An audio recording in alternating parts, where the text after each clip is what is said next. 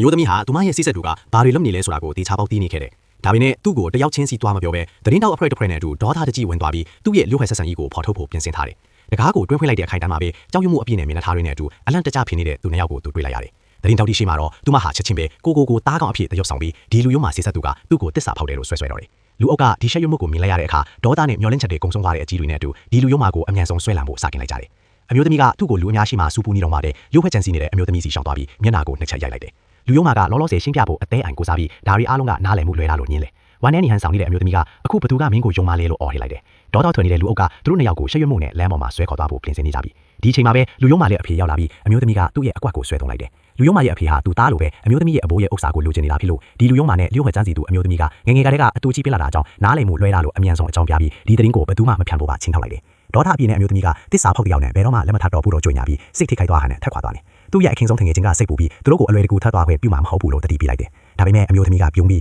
အလွယ်တကူလမ်းခွဲဖို့သူမရည်ရွယ်ခဲ့ဘူး။သူတို့ကသူ့ကိုခွင့်လွှတ်ဖို့တောင်းတပြီးသူ့ထိုက်တဲ့အရာအားလုံးကိုပေးဖို့သူလိုချင်တာလို့ပြောလိုက်တယ်။နောက်ဆုံးမှသူတို့နှစ်ယောက်လုံးငွေတော့ကုန်တော့ဆုံးရှုံးသွားအောင်သူပြတ်မှတ်ထားတာခဲ့တယ်။ဒီအချိန်မှာပဲသူ့အဖေကဖုံးဆက်ပြီးအိမ်ကိုပြန်လာဖို့ခေါ်တယ်။လူရုံးမှာနဲ့သူ့အဖေကိုအကြောင်းပြပြီးသူ့ရဲ့စိတ်ပြောင်းလဲမှုကိုဖိအားပေးဖို့မျှော်လင့်နေကြတယ်။ဒါပေမဲ့အမျိုးသမီးရောက်လာတဲ့အခါလူရုံးမှာကအပြေးလာပြီးမျက်နှာကိုအပီစားရိုက်ခါလိုက်ရတယ်။သူ့အဖေကချက်ချင်းဝင်ရောက်ဆွဲဖက်ပြီးဒီကိစ္စကိုအများရှိမှမစူးဘူးဖို့တောင်းပန်ရင်ကုမ္ပဏီရှယ်ယာ900ခိုင်နှုန်းကိုရောချေအဖေပေးဖို့ကန့်လန့်လိုက်တယ်။လူရုံးမှာရဲ့အဖေကရောသားချောင်းပြသတဲ့အနေနဲ့သူ့သားကိုရိုက်ပြီးရှင်းပြဖို့အချက်ပြလိုက်တယ်။လူရုံးမှာကရောသားချောင်းဟန်ဆောင်ပြီးအားလုံးဟာသူ့ရဲ့အကိုဝမ်းခွဲချောင်းဖေးရတာလို့ပြောတယ်။သူ့ရဲ့အကွက်ကိုမြင်နေတဲ့အမျိုးသမီးကဒါဆိုရင်လူ့ဖွဲ့ချန်စီသူအမျိုးသမီးကိုအရင်ဆုံးပို့လိုက်ပါလို့ပေါ့ပါပြောလိုက်တယ်။လူရုံးမှာကသဘောမတူပဲတုံဆိုင်နေပေမဲ့အမျိုးသမီးကကျမကလူတွေကိုအတင်းအကျပ်လုပ်ရတာမကြိုက်ဘူးလို့ထပ်ပြောလိုက်တယ်။ချက်ချင်းပဲသူသဘောတူပြီးလူ့ဖွဲ့ချန်စီသူအမျိုးသမီးကိုပို့မယ်လို့ကတိပေးတယ်။အမျိုးသမီးကအဲ့ဒီရှယ်ယာတွေကိုချက်ချင်းသူ့နာမည်ကိုလွှဲပြောင်းပေးဖို့တောင်းဆိုလိုက်တယ်။စိတ်မပါလက်မပါနဲ့အဖေနဲ့သားကရှင်နေခေါ်ပြီးသူ့နာမည်နဲ့လွှဲပြောင်းစာချုပ်ကိုလက်မှတ်ထိုးပေးလိုက်ကြတယ်။စာချုပ်ကိုလက်ထဲရုံတာနဲ့လူရုံးမှာကအိမ်တောင်တဘောတူနေတဲ့ရက်ကိုမေးဖို့စိတ်မရှိတော့ဘူး။အမျိုးသမီးကကြေးမပြီးနင်းရဲ့ရောသားမှုကိုကျွန်မမြင်ပါတယ်။ဒါပေမဲ့လူ့ဖွဲ့ချန်စီသူအမျိုးသမီးထွက်သွားပြီးမှတခြားကိစ္စတွေဆွေးနွေးလို့ရတယ်လို့ပြန်ပြေးလိုက်တယ်။ထွက်ခွာပြီးတဲ့အခါလူရုံးမှာရဲ့အဖေကအိမ်တောင်ထင်းစီကဖုံခေါ်ဆုံးမှုတစ်ခုရလိုက်တယ်။အဲ့ဒီလူကသူတို့အိမ်ကိုမီးရှို့လိုက်ပြီးဖြစ်တယ်